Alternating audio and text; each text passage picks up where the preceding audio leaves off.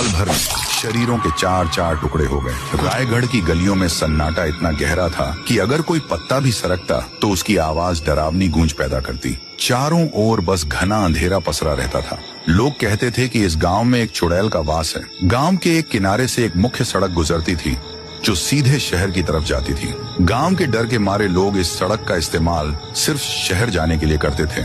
उसी रात उसी सुनसान सड़क पर एक नया शादीशुदा जोड़ा अमन और प्रिया अपनी बाइक पर कहीं जा रहे थे। उन्हें इस रायगढ़ गांव के बारे में और यहाँ के डरावने कस्सों के बारे में रत्ती भर भी जानकारी नहीं थी। वो सीधा उस गांव में घुसे। वे हर घर को देखते हुए आगे बढ़ ही रहे थे कि अचानक ब्रेक लीवर टूट गया। बाइक सीधे एक बड़े से बिलबोर्ड के खंभे से जा टकराई। गिरने के बाद लड़की का सर फुट गया था। सर से खून टपक रहा था। टक्कर से अमन नीचे गिर चुका था। उसके हाथ, पैर और बदन से गर्म खून रिसने लगा। मेरी माँ, दर्द हो रहा है। बड़ी मुश्किल से अमन उठा और अपनी प्रिया के पास गया। प्रिया जमीन पर बेहोश पड़ी थी।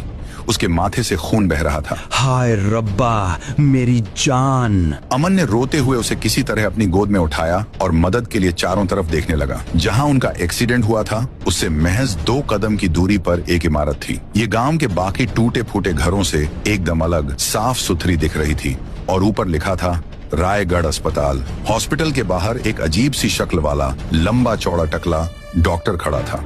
जैसे ही उसने अमन को अपनी घायल पत्नी को गोद में लाते देखा, उसके चेहरे पर एक कमीनी मुस्कान फैली। डॉक्टर ने मन ही मन सोचा, वाह, नया पेशेंट। बड़े दिनों बाद गांव की इस खामोशी में मजा आएगा।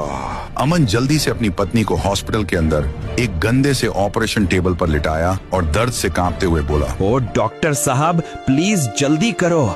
ओए, इलाज फटाफट शुरू करो। साडा अभी अभी एक्सीडेंट होया है। मैनू भी चोट लगी है, पर मेरी पत्नी दी हालत ठीक नहीं है जी।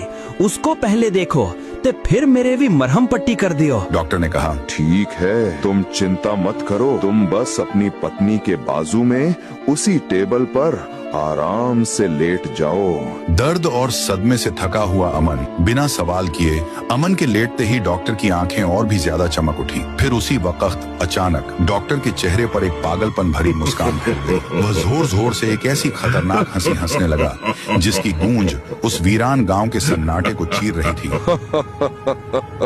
देखो देखो, कितना भोला भाला मुंह है बेचारों का। सीधे मेरे जाल में फंस गए।